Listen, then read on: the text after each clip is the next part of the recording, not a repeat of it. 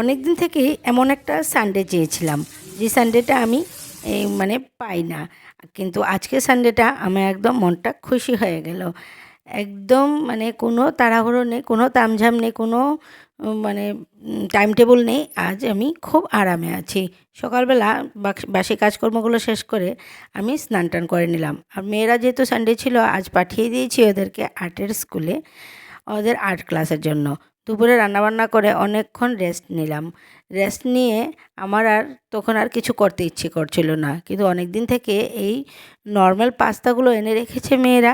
ওরা বলছে, মা পাস্তা করো। আমি সবসময় রেডিমেড পাস্তাগুলোই করে থাকি, শুধু ম্যাগির মতন যেগুলো বানাতে শুধু মশলা আর জল দিয়ে সেদ্ধ করে নিলেই হয়। কিন্তু আজ মেয়েরা বায়না ধরলো যে এই পাস্তাগুলো করে দিতেই হবে। ওরা এনে রেখেছিল কয়েকদিন থেকে, আর এগুলোতে একটু মানে তামঝাম আছে, তাই আমি এগুলো খুব কমই করি। কিন্তু মেয়েরা যেহেতু এনে রেখেছে আর ওরা আজ বায়না ধরেছে, তাহলে করে তো দিতেই হবে। আর দেখতে পাচ্ছ, বানানি শুরু করতেই ওরাও এসে দাঁড়িয়ে পড়েছে। সত্যি আমরাও যখন ছোট ছিলাম, মা কিছু বানাতে গেলেই আমরা কী করতাম, গিয়ে উনুনের সামনে দাঁড়িয়ে পড়তাম। আর এইভাবেই আমরাও একটু একটু কাঁচা পাকা খেয়ে নিতাম। ওরাও মুখে দিয়ে বলছে, আগে বললেন না কেন আমাদের সাথে স্ক্যাম করলে?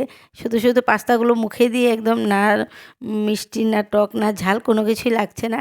আমি তো বললাম আমরাও এভাবে খেতাম, যেটা আমাদের মাও না করতো যে খাস না, কিন্তু আমরা ওইটা খেয়েই দেখতাম। যে মা যখন নাই বলেছে আমরাও খাবো না, তেমনটা করতাম না। মা না বলেছে কিন্তু আমরা একটু খাবোই। আর তারপর পাস্তাটা তো টমেটো সস বা টমেটো দিয়ে বানালাম, তারপর একটু মেয়োনিজ দিয়ে দিলাম। আর খেতে ভালোই লাগছিল, তেমন কোনো আহামরি না, কিন্তু ভালোই হয়েছিল খেতে। আর আমার আবার একটু জানালার দিকে বসে বসে খেতে, আমার জানালার দিকে বাইরের দিকে দেখে দেখে এভাবে খেতে ভালোই লাগে। নিরিবিলি বসে আজকে পুরো মানে সানডেটাইকে এনজয় করলাম। আমার হাজব্যান্ড নিয়ে এসে পড়েছে চিকেন আর বলছে বিরিয়ানি করো। আমি বলছি আজ আমি আর কিছুই পারছি না, আমি শুধু আরাম করব।